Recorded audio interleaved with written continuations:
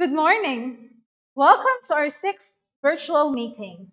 I want you to pat yourselves and say congratulations. Congratulations. Go on, do it now. Have you done it? Or you find it silly? Why did I ask you to do that?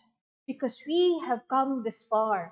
And indeed, you truly kept the fire burning because learning doesn't stop during this quarantine period. The pandemic cannot stop a student who is eager to learn. Are you ready for today's topic? We are surely getting there. Soon, you will find yourself drafting and writing your own speeches, and as part of your performance task in this subject, you will soon see yourself perform and deliver your own speeches. Are you excited? Worry not, because me and your subject teachers will help you along the way. Are you excited? Let us start. For this session's competencies, these is the things that we wish to develop.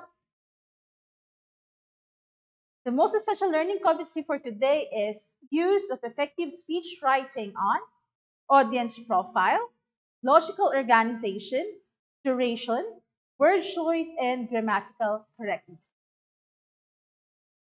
Here are my questions for you. Have you experienced preparing for a speech or writing an essay? What are the things you have considered in writing your speech or essay?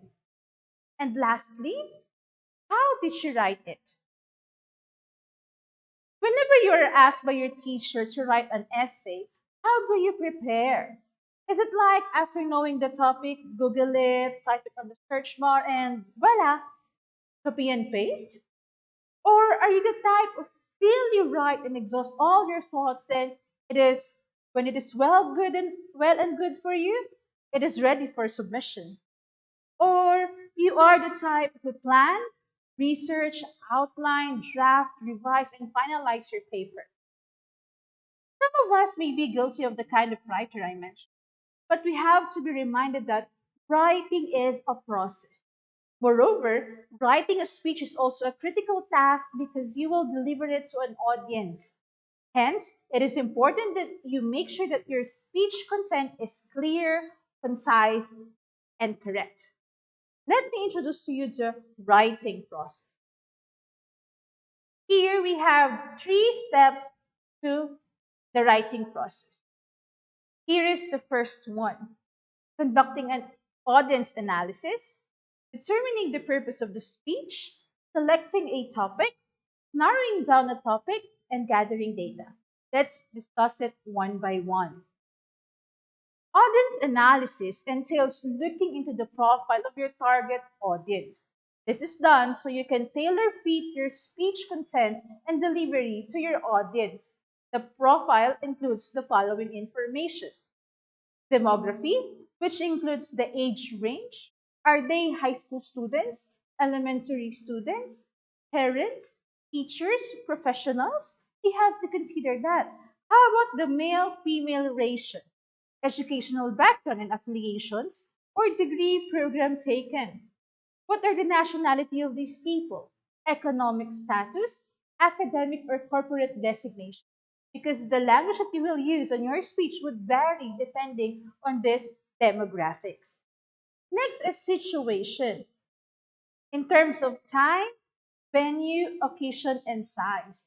How large are your audits? Is it small or large size? Do you need PowerPoint presentations or visual aids? What occasion is that? Is it a toast, a valedictory speech? How about the venue? How about the time? Is it during the morning or the evening? Psychology. It is the values, beliefs, attitudes, preferences, cultural and racial ideologies in you. You have to know your audience so that you would know how to communicate with them. Next is the purpose. The purpose for writing and delivering the speech can be classified into three: to inform, to entertain, or to persuade. An informative speech provides the audience with a clear understanding of the concept or idea presented by the speaker. For its specific purpose, here are the example: to inform grade 11 students about the process of conducting an automated student government election. So that is a very specific topic for an informative speech. Next, to inform grade 11 students about the definition and relevance of information literacy today. So this one talks about the definition and relevance of information literacy. Then, to inform grade 11 students about the importance of effective money management. How about an entertainment speech? It provides the audience with amusement. For the sample purposes, we have here to entertain grade 11 students with his or her funny experiences in automated election, or to entertain grade 11 students with interesting observations of people who lack information literacy. Third, to entertain grade 11 students with the success stories of the people in the community. So these are sample purposes for for an entertainment. Third, a persuasive speech provides the audience with well-argued ideas that can influence their own beliefs and decisions. For sample purposes, we have to persuade the school administrators to switch from manual to automated student government election, or to persuade grade 11 students to develop information literacy skills, or to persuade the school administrators to promote financial literacy among students. For your topic, it is your focal point of your speech, which can be determined once you have decided on your purpose. If you are free to decide on a topic, choose one that really interests you. What are the particular interests that you might have? It might talk about health, lifestyle, sports, gaming, clothing, fashion, etc. There are a variety of topics that you may.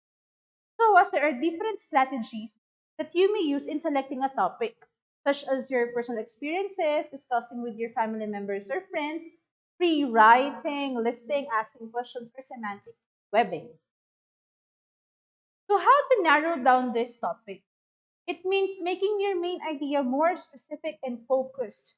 The strategies in selecting a topic can also be used when you narrow down a topic. So, here is an example.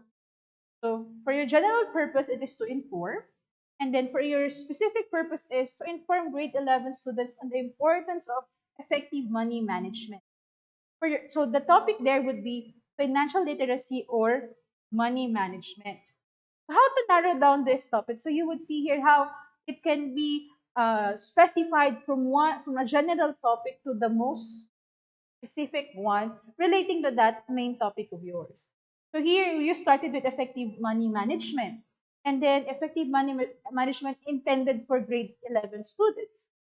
Next, developing an effective money management of grade 11 students. And lastly, for the most specific topic for your research could be defining and developing effective money management skills of grade 11 students.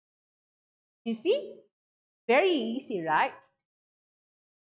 How about data gathering? How would you gather your data? So this is the stage where you collect ideas, information, sources, and references relevant or related to your specific topic. You should not rely on what the internet can provide us. Of course, it has various sources and information, but of course, it could also be done by visiting your library, observing a certain phenomenon or even events related to your topic, or conducting an interview or survey. The data that you will gather will be very useful in making your speech informative, entertaining, or persuasive. Next step for the writing process: selecting a speech pattern, preparing an outline, creating the body of the speech, preparing the introduction, and preparing the conclusion. Writing patterns in general are structured that will help you organize the ideas related to your. It could be biographical, categorical or topical, causal, chronological, comparison or contrast, problem solution, and spatial. Let me elaborate on that. Here, for the biographical pattern, it presents descriptions of your life or of a person, famous or not. So this would be as someone you are interested in to discuss or to share something about that person. So for the specific purpose, it is to inform my audience about my grandfather, the late former President Ramon Magsaysay. So the topic that I could give for that would be describing the life and works of my grandfather, the late former President Ramon Magsaysay. So you are going to specify your topic on dealing with the life and works of the late president. How about categorical or topical? It presents related categories supporting the topic. For example, your specific purpose is to persuade the community members to use the 3 R's as means of eliminating garbage and protecting the environment. The specific topic that you may use for that would be why the community members should promote reducing, reusing, and recycling. Next, causal. This one is where we present the cause-effect relationship. Example would be for the specific purpose is to inform my audience on the effects of overeating. Oops, I'm guilty. Anyway, for the specific topic on that could be explaining the possible effects of overeating to one's health. Okay, so that is for the cause and effect, the effect of overeating to people. Next, for the chronological pattern, it is where we present the idea in time order. So, for example, we have the specific to inform my audience about the significant events in the 1986 EDSA revolution or people power. So, we mentioned here a specific event, a significant event. So, what would be the topic we may discuss or dwell on this particular purpose? It is describing the significant events before, during, and after the 1980 EDSA revolution or people power. So you see, there is a time order in your topic. Next, comparison and contrast. It presents comparison or contrast of two or more points. Example would be to inform the audience on the amount of protection against the virus by using face masks. So what can we compare and contrast with this? So for our specific topic is providing the rate of efficiency of the face mask, namely the surgical mask, the N95, the copper mask, or the fabric mask available in the market. Next pattern is problem solution. It presents an identified problem, its causes, and recommended solution. So this time around, you are going to find a topic which is a problem that you observe, and later on, you are going to provide a solution. For example, to persuade the audience to support the educational programs of the national government. For your specific topic, it could be explaining the reasons for supporting the government's educational programs as the primary means of increasing the Philippines' literacy.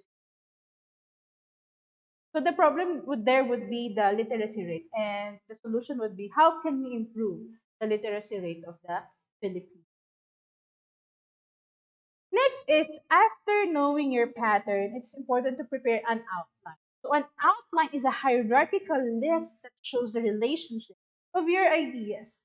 Experts in public speaking state that once your outline is ready, 2/3 of your speech writing is finished. A good outline helps you see that all the ideas are in line with your main idea or message.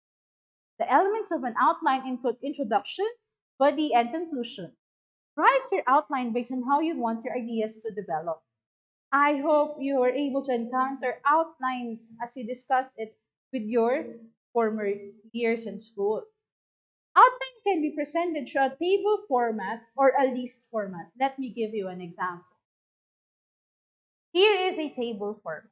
So on the first column, you would see here the main headings like the purpose, a specific purpose, topic, pattern, introduction, body, conclusion. Okay, and then to the other side is its corresponding. For example, the purpose of your speech is to persuade. So your specific purpose is to persuade the community members to reduce, reuse, and recycle as means of eliminating garbage and protecting the environment. So that is your purpose. So your possible topic for that is promoting the importance of reduce, reuse, and recycle in eliminating waste and protecting the environment. So what could be the pattern you may use there? So it is problem solution. So you have problem on waste management, you provide solution for that, which is the 3 R's. So for your introduction, you have to share facts on the current situation of the environment. It's very vital or important that you may share statistics, numbers to support your data or your claims. For the body, these are the possible contents. Discuss how improper waste disposal becomes an environmental problem. Explain how reduce, reuse, and recycle would eliminate waste and protect the environment.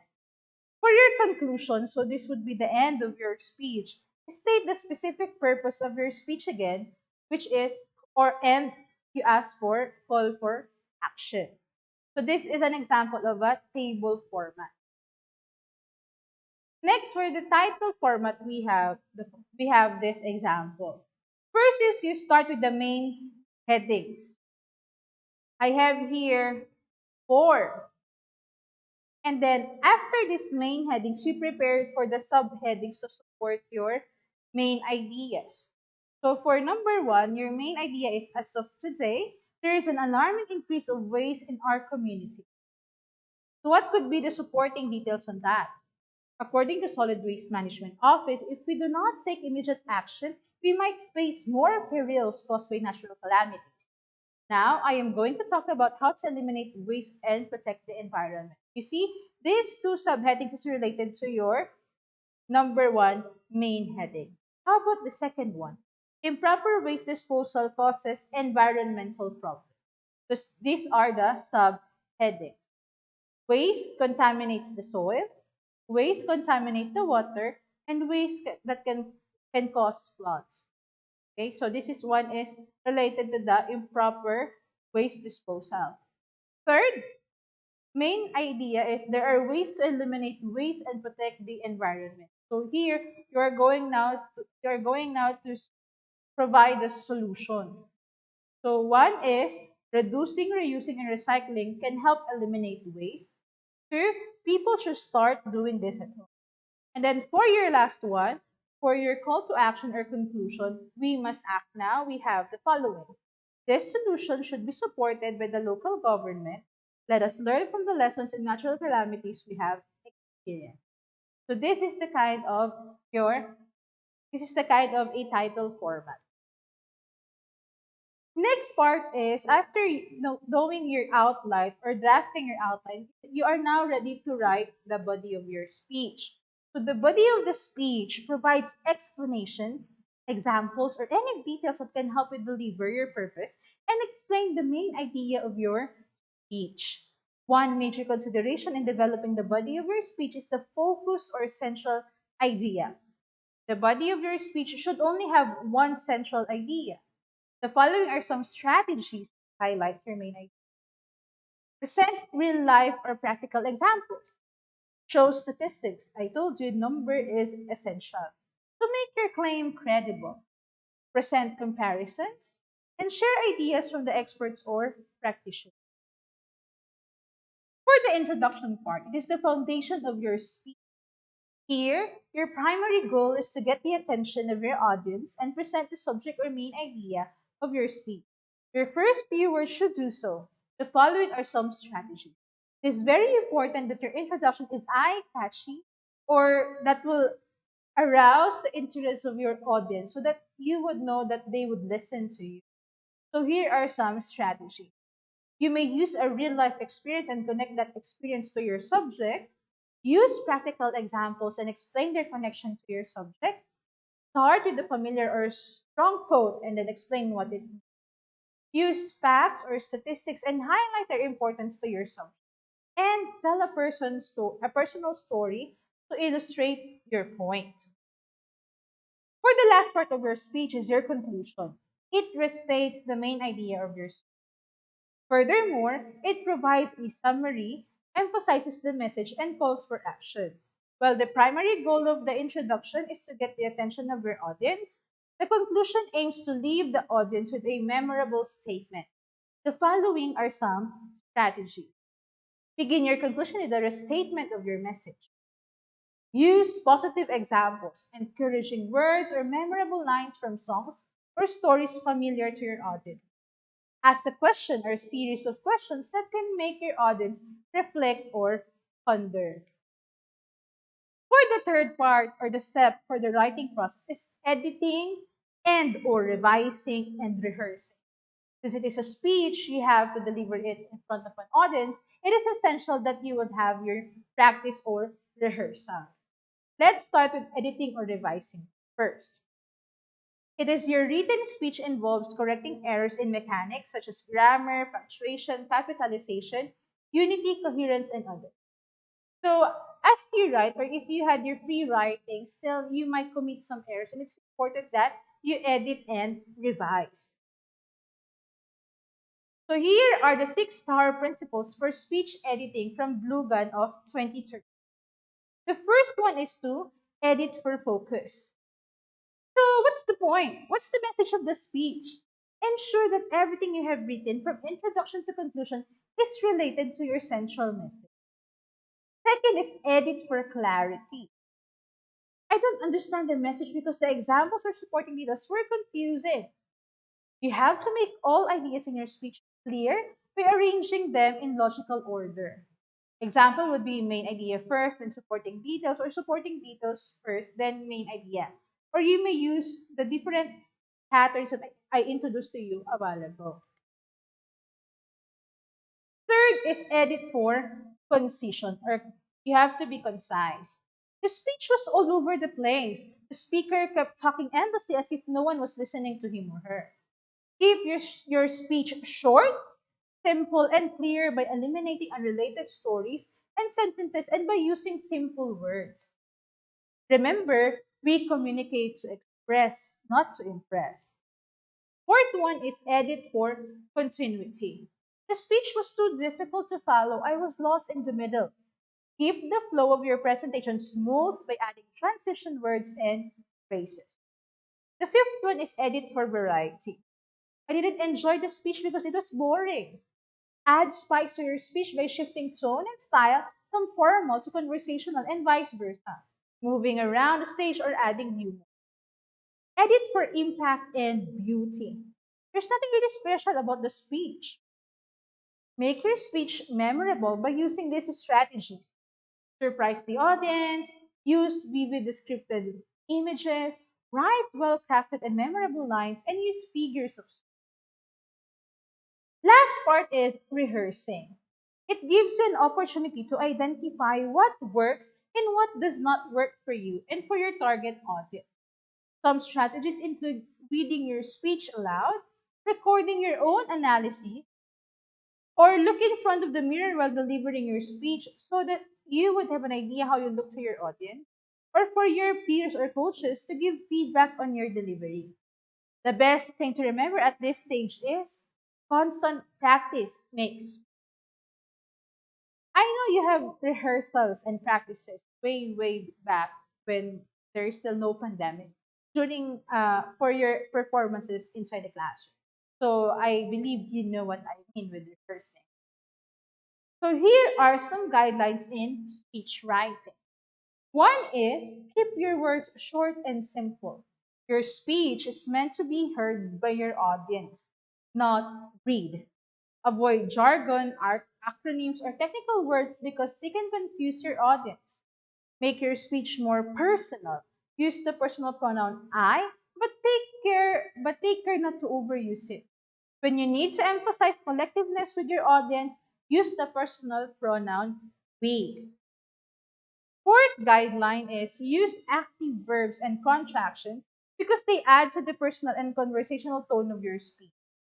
Fifth is be sensitive of your audience. Be careful with your language, jokes, and nonverbal cues.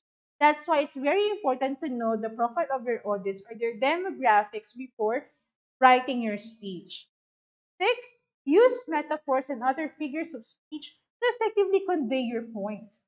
And last, manage your time well. Make sure that the speech falls under the time limit. Another consideration is that you should know the duration of your speech. Would you be given a 1 hour speech, a whole day speech? How should you prepare for that? How long should you prepare for it? I hope you learned a lot with our today's discussion. If you have questions, please feel free to comment below so that we may address that to our next virtual meeting. I am excited for you to start writing your own speeches. Don't you worry, we still have a lot to learn and discuss. See you on our next virtual meeting. Happy learning!